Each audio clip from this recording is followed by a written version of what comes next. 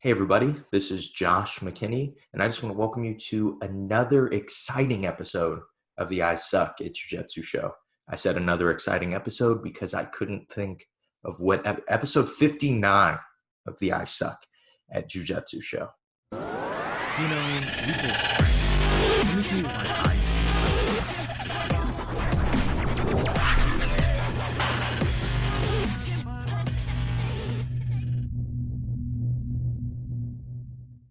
Now, today, I've got a solo cast for you guys.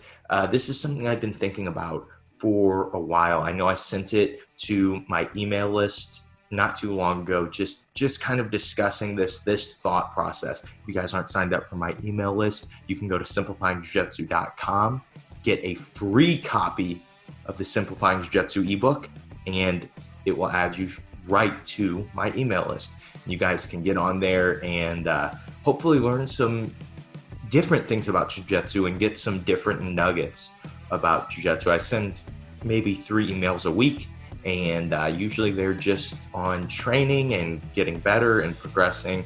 Anytime I release something new that I think you guys might like, or if you guys want updates on how our new web series on YouTube is going to go, you guys can sign up for that email list. But I sent out this email list and I got a ton of response from it. Anytime I get a lot of response from an email, I usually know that is something that I should dig deeper on and do an episode on. So today we are going to talk about feeling Jiu-Jitsu. And I think that it can kind of be a little bit weird. It can almost be mystic when you start to talk about feeling things, right? And understanding. So I have some different examples that I will give. But before I get into those, if you guys are watching on YouTube, I know you are sitting there looking at my t-shirt and saying, Josh, why are you wearing a Cleveland shirt for a fire rescue and with, what is this guy's name? Yosemite Sam on it. Well, let me tell you, one of the great listeners of the I Suck at Jiu-Jitsu show, he asked if he could send me a few shirts from his, what do you call that? His department. Yeah, his department. And so Rich sent me a few cool fire rescue shirts. I decided to go with my Yosemite Sam one today, but I'm going to be honest with you, Rich. This shirt is just begging to have the sleeves cut off. I can feel it in my bones. It wants the sleeves cut off bad. And so I'm going to try to keep it whole as long as I can. But man, it's hot outside in St. Louis. It's begging me. Everything's telling me that I should have cut the sleeves off before the episode. So I'm going to keep it whole as long as I can. And I'm going to do my best also. Last little announcement before we dig into the episode. I was on yesterday. This is at least when the episode was released, is yesterday, August 4th.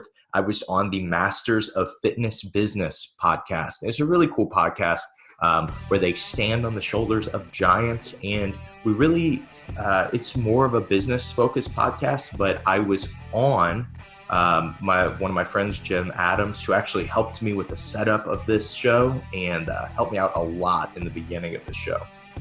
He runs an excellent fitness business podcast, and he asked me if I could be on and if there was anything that I could kind of relay or anything that I could say, like, hey, I guess I could create a simile for Jiu-Jitsu in business. Are there any Jiu-Jitsu lessons that can apply to fitness businesses and things like that? And so we actually dig in a lot. I haven't gotten to re-listen to the episode yet because at the time of me filming, he hasn't released it yet. But I got to hear a lot of really good insight from him, and we dig really deep on teaching. So if that is something that you guys have interest in Jiu-Jitsu, I would recommend listening to the episode. It was that his show isn't as long as my episode was, but you know how when I start to ramble, I just keep going, and that's kind of, it's a little bit of a long episode, but I promise you there are some great nuggets in that episode. So if you guys like any of the solo casts that I do, I tie everything into jiu-jitsu, but it's probably not as aggressively jiu-jitsu related. Maybe it is. I haven't heard it. Maybe I only talk about jiu-jitsu the whole time. I tend to do that sometimes, but I think you guys will really enjoy that episode. Again, that is the Masters of Fitness Business podcast. And if you want to find their website, it is trainergym.net. And so without further ado, let's dig in to the episode. Okay.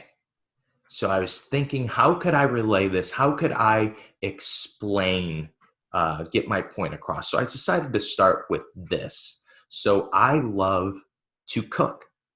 Cooking is one of my favorite things in the world. Okay. And it's something, it's a hobby of mine. It's very hard when your hobby becomes your profession. So jiu-jitsu was my only hobby. And then I started doing jiu-jitsu and getting paid for it, right? I was getting paid to teach. I have a podcast, I have YouTube, I have all these things that I do. They're all jiu-jitsu related. But since I make money from them, it almost can become work. And I have some tips on, maybe we'll do an episode if you guys are interested in that. It'd probably be more focused for teachers of jiu-jitsu or maybe other things. But when your hobby becomes a job, there are certain things you need to do in order to keep it from becoming a job, from becoming something you don't like. So for me, one of the big things is having another hobby, one that I don't make any money from, and I never have any intention of making money from it. For me, that's cooking. So what's unique about cooking? And this is just my opinion. I've never heard this said, but this is something I've thought for a very long time. Cooking is the only art form that can be experienced with all five senses. So when I'm cooking, I can hear my steak sizzling. I can see the browning of that steak. I can smell that steak. It smells great. And then you add butter and garlic to your pan and you can smell it. It smells amazing. I can touch the steak to know maybe it's done or not. That's actually not the best way. You really should use a meat thermometer if you don't know. If you're just like trying to do the hand method of steaks, you like put your index finger on your thumb and then you touch the meat of your hand, and that's supposed to be like, I don't know, that's supposed to be like well done or something like that. I don't know. Either way, don't do that. Not a great way to check a steak. I'll explain in just a second. And then obviously when it's cooked, you can taste it. Okay. So you can experience it with all five senses. And that's something that's unique. That is the only art form that there is that you can really do that, or you should really do that. If you're smelling and eating paint, that's probably not good for you. So what we'll do is we'll look at it from this perspective. So I'm going to cook a piece of salmon. Okay, so the reason I say salmon is because fish can be very hard to know when it's done, because if you overcook a steak by 2 minutes, it's still going to be a steak. It's probably still going to be good. You may be like, oh man, it's a little overcooked, but it's still going to be good. If you overcook it by a long time, then it wouldn't be. If you undercook it, still, it's edible and it's good. Fish is not like that. If you overcook fish, it sucks. If you undercook fish, it generally sucks. It depends on what type of fish you're having, but we'll just say salmon. Like I'm going to cook a salmon. If I am teaching you how and I go high heat, I put it on my pan, it's searing, and then I flip it and it's searing. And you say, Josh, how did you know when to flip it? To be honest, as most people that cook at home, people that are good at cooking, they would always say the same thing. But you just know. Maybe I'm looking, they'll have something. They'll say, oh, well, I'm looking for this edge to start to get brown. And then that's when I flip. Or when I hear it do a certain thing, that's when I flip. When it smells this way, that's when I flip. But either way, we experience things with our senses. And a lot of times we experience things with more than just our sight. When we're looking at things, we're taking them in mentally and we're saying, this is what it looks like. but we don't realize that we are smelling and we are hearing and we are feeling. With jiu-jitsu, there are only two ways that we can truly experience jiu-jitsu. We can see it and we can feel it. Okay, so we'll be specific. If I've never done a kimura and I decide that I'm going to watch somebody do it, have I really experienced that move? No, I have not experienced that move. So what I need to do in order to truly experience, to get the full jiu-jitsu experience, is I need to feel that move. And I can do it and I can feel it, but it also makes a lot of sense to have it done to me and feel it. And then I really start to get a deep understanding of the move. And so what happens a lot of times in jiu-jitsu is the better a coach gets at jiu-jitsu, not at teaching, but at jiu-jitsu, what they will do is they will become analytical. They will really highlight the fine details of a move. And you have to understand, it's good to learn that way. It can be very, very helpful to learn that way, to see somebody really digging in deep and saying, if I have the wrist grip here, it gives me a way better pull. It makes me stronger than him on this grip, right? But you have to understand that was developed through feel. Very few things in jiu-jitsu do we develop analytically. I would argue that there's nothing that we truly develop analytically in jiu-jitsu. We may say, well, I thought through it. I thought about that position and that's where I got it. But if I just had an average Joe think about the position and they've never experienced jiu-jitsu and they've never felt jiu-jitsu, they would not be able to grasp the position. They would not be able to beat the position. That's because feel is incredibly important in jiu-jitsu. Feel is probably the most important thing in developing your jiu-jitsu. And it's not something that we talk about a lot, because if you talk about feel, it sounds mystic. It sounds crazy, like, oh yeah, just feel where your hips are, just feel where your arm is, just feel where their weight is. It sounds kind of weird to some people. And you guys know me from this show. I am very analytical when it comes to jiu-jitsu, when it comes to training method, when it comes to technique. But I still have to feel what's going on. That's incredibly important. And so that just the first segment of this, the first thought of this episode was just explaining why feel is important. But now we have the tougher problem. We have the more important problem, the more pressing matter. How do you feel jiu-jitsu? How do you truly experience jiu-jitsu? So I thought it would be better to highlight two things that I think people struggle with. And this is very hard for people to understand.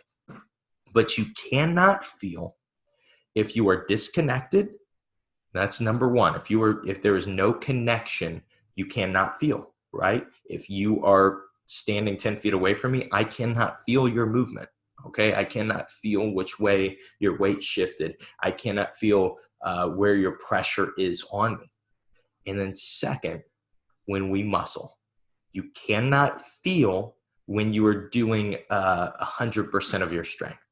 Okay, it's not possible. You can try to go and do a knee cut on people. And what you'll do and try to be really explosive with it. What will happen is you will probably get the knee cut a lot, but you won't know why you got it. You'll just know that I hit it sometimes, and I can go really hard on this and I can finish a lot of guys with this.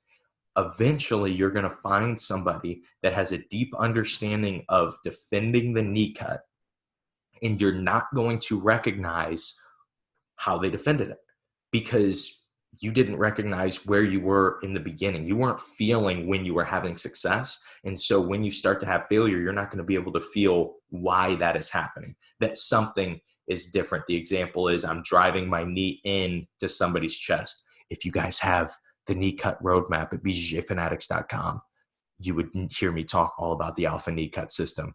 And yeah, you guys should check that out. There's also 2 other knee cut instructionals on bjjfanatics.com. I was the first one though, just in case we were wondering. But anyway, I put my knee on his solar plex. That's a position I like to hang out from when I am knee cutting. When I feel the weight shift one way, I will finish my knee cut. When I feel it shift the other way, I have to switch. I can highlight the details. His hand may do this, his shoulders may do this, but it's all feel for me. Okay, so that is so important. If I get too focused on driving through and forcing one thing, what happens to me is I don't feel it happen, and I will probably have some success. And that's what's tough is you're saying, well, Josh, I'm getting this submission. I am using all my strength to do it, but I'm still getting it. So this is what I would challenge you to do. I would challenge you to just retract the amount of strength that you're using. It does not have to be a crazy amount. You don't have to say, well, I'm just going to be boneless against people, but just enough to where you can feel. That's so important. I'll give another example. I was rolling with guest Justin Huff. He was just on the show. He was on episode 58 and episode 50. Man, he's taken over the show. But I was just rolling with him last week. We were in the gi. It was just after practice. We just wanted to do another round. Actually, he wanted to do another round. I did not want to do another round. I was very tired, but he's selfish that way. So we're doing another round, and I'm in my guard. And the best description is I'm playing far side collar sleeve. It's where you're playing cross collar, sleeve, foot in the hip. And he is controlling my free leg. He's got one hand on my free leg. His grip was kind of unique. I don't know if it was something that was thought out or something like that.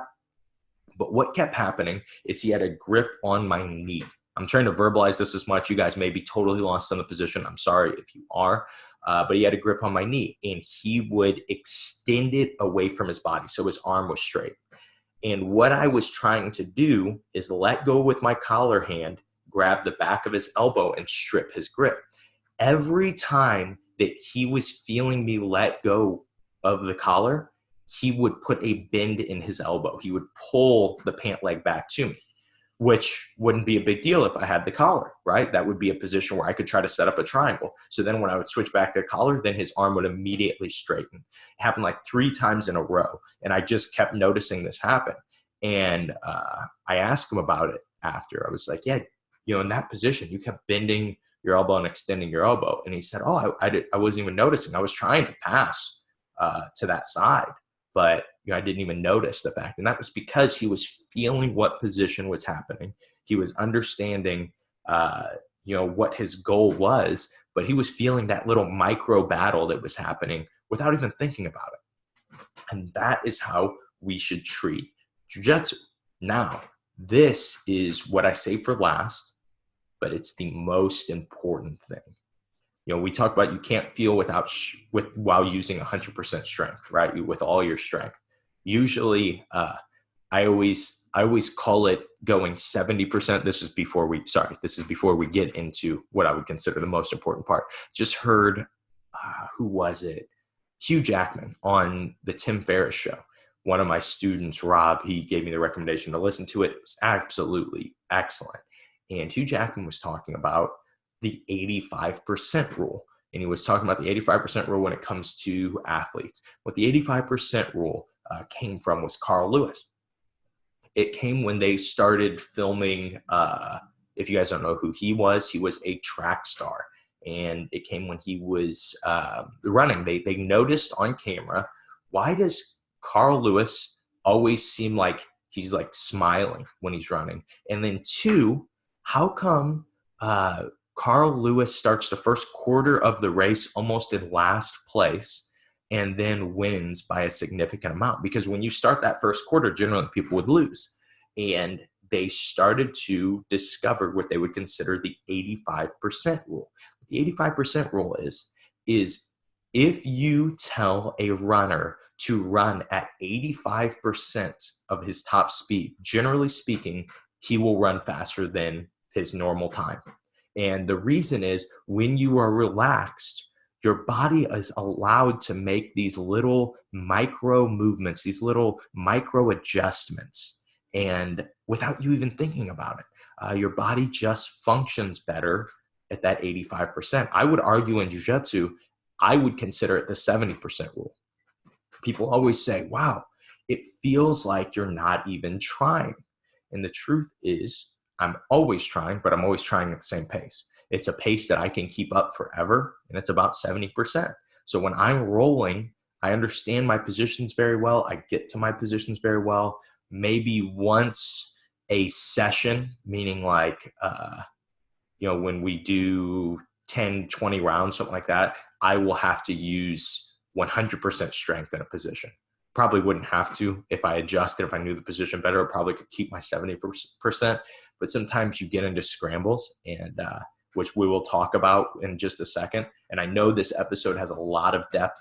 This episode is probably worth listening to twice because we are almost to the meat and potatoes of this. But using that 85% rule, or as I said in Jiu-Jitsu, probably the 70% rule, you are able to feel and experience and think about what's happening so much more. I don't think there's anybody in Jiu-Jitsu that is better at this than Gordon Ryan. If you watch Gordon Ryan, you can hate Gordon Ryan. That's totally fine. But if you watch him roll, if you watch him fight the best guys in the world, you would say, wow, it looks like he's not even trying. And the truth is, he's trying, but just at a limited capacity. If you limit your capacity, you are able to feel Jiu-Jitsu so much more. You're able to understand Jiu-Jitsu so much more. And you are still strong at 70%. And I think that that is something that people struggle understanding, is that I should be stronger. And we're going to dig into this in just a second, but there is a big disconnect in Jiu-Jitsu, and it comes from lack of connection. So you are doing Jiu-Jitsu when you are connected to your opponent. The reason is because you are feeling what they are doing. You're feeling what position you're in. You're feeling every little significant thing. And this is, when I said the meat and potatoes, this is what I was talking about. The feel of Jiu-Jitsu comes from connection. So what that means is when we scramble, when we disconnect, what do we try to do? So let's say you had me in front headlock and I peeked out and I almost got to your hips, but now I'm trying to fight to your hips. Well, we're trying to fight for dominant connection again. Okay. We are not trying to just get away from each other. Generally speaking, we're not trying to get away from each other. Usually we both are going to try to fight that position. And as I'm trying to get my connection again and you're trying to get your connection again, the level of athleticism and speed and strength really starts to play a factor in scrambles. But once we connect again, then we're at Jiu-Jitsu again. And so that is one of the most important things to understand, is in order to experience Jiu-Jitsu, in order to do Jiu-Jitsu, you have to keep connection. The reason is because when you have connection, you can feel what's happening. So another example, another thought on this, wouldn't say example, just a thought on this. Jiu-Jitsu is getting away from this, from a lot of grapplers. A lot of grapplers are happier to post their deadlifting PRs over their techniques, over their understanding of Jiu-Jitsu. And I think it's because to a spectator, that's more exciting most of the time. To a spectator, seeing bigger, stronger, better athletes is just more exciting for whatever reason. The problem with having so much focus on physical attributes, have so much focus on those things, in order to use those, you need disconnect, right? The more disconnect that I get, the more I can be athletic, right? The faster that I can be. It's just a really simple thought. But if we were to add that connection, that athleticism starts to really fail, okay? The example I'll give is this. We were doing single leg X guard. And something that I really, really focus on when I'm playing single leg X is I don't want both feet flat on the floor, okay? And I don't want you square to me, all right? So I only really have control of one leg. So the leg that's trapped in a single leg X, I will take my outside heel and push into your hip. And what'll happen is it makes that leg light. The reason that we're doing that, and we'll say things like, oh yeah, we off balance him. The reason that off balancing matters is because I can slow his athleticism. If I let a very good athlete that I fight have both feet flat on the floor in single leg X guard, they are going to backstep. They're going to pass, right? Because there's too much athleticism involved. They will get away. But if I can keep one foot on the floor, their athleticism really, it gets cut in half. And so that is something that we think about in our jiu-jitsu. We are trying to even the playing field as much as possible, so where the physical attributes don't matter as much.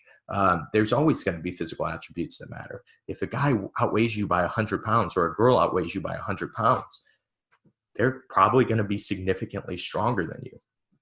So using the logic of today's jiu-jitsu athlete saying, well, then I really got to be prepared for this by, lifting more, lifting heavier, or being on steroids even, or, being faster, running more sprints. If I use that mindset, well, then I'm in a physical match. I'm in a thought process that says, hey, maybe if I was just a little more physical, I would be able to beat this guy.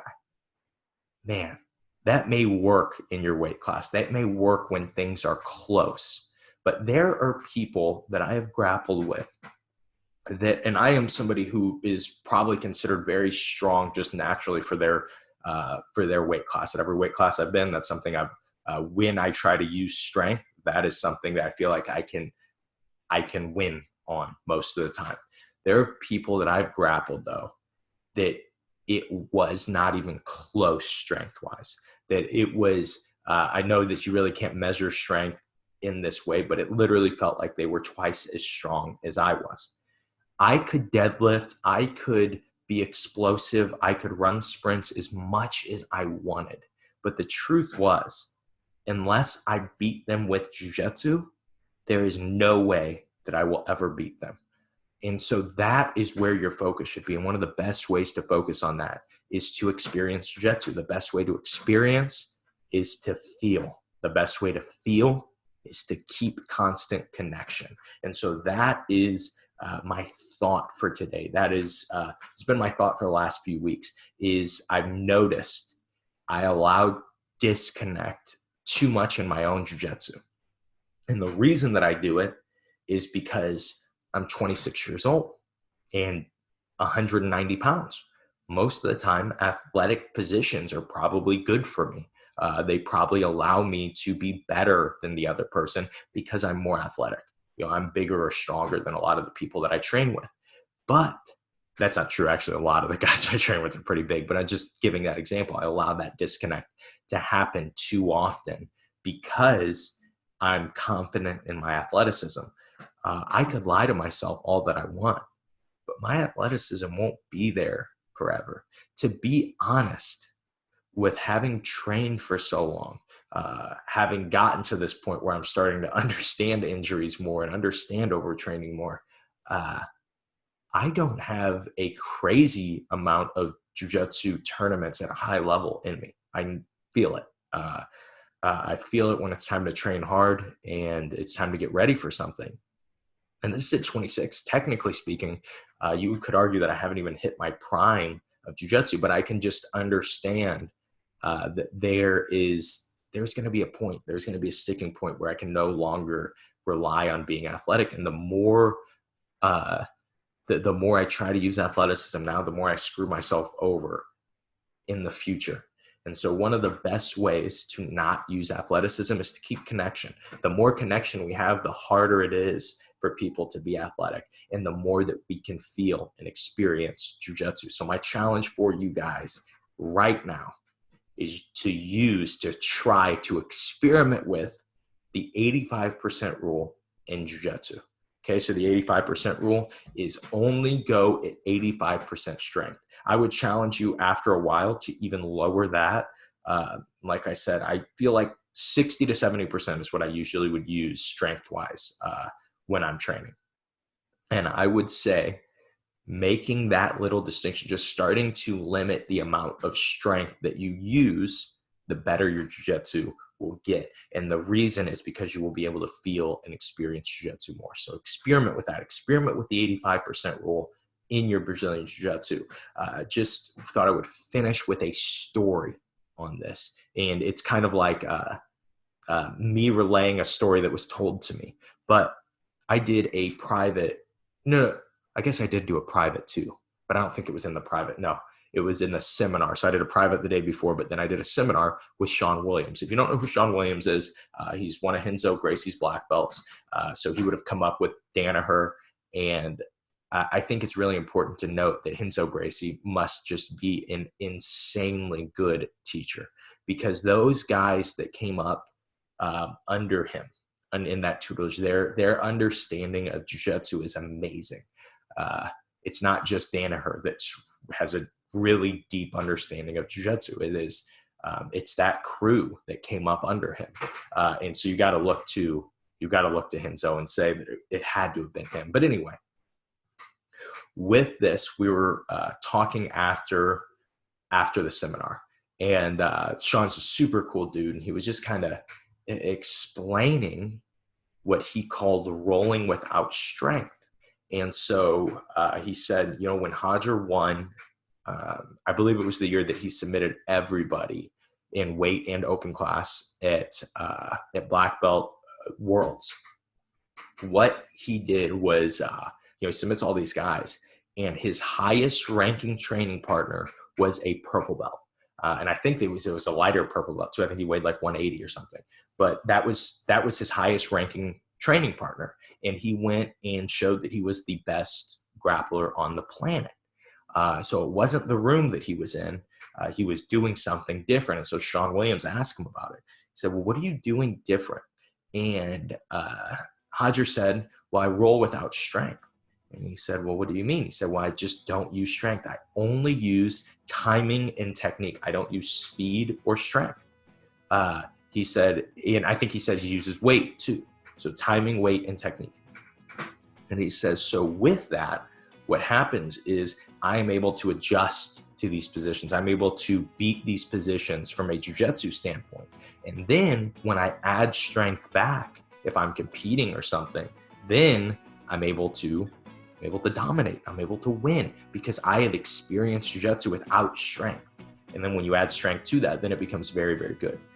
So understanding that rolling without strength is not only possible, but it's something that the highest level guys can do and that's how they get better. I think it's incredibly important for feeling jiu-jitsu.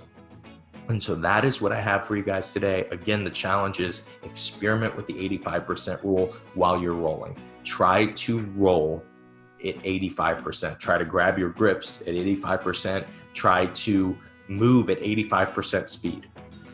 Everything at 85%. And see if it makes a difference. Take just 2 weeks to commit to it.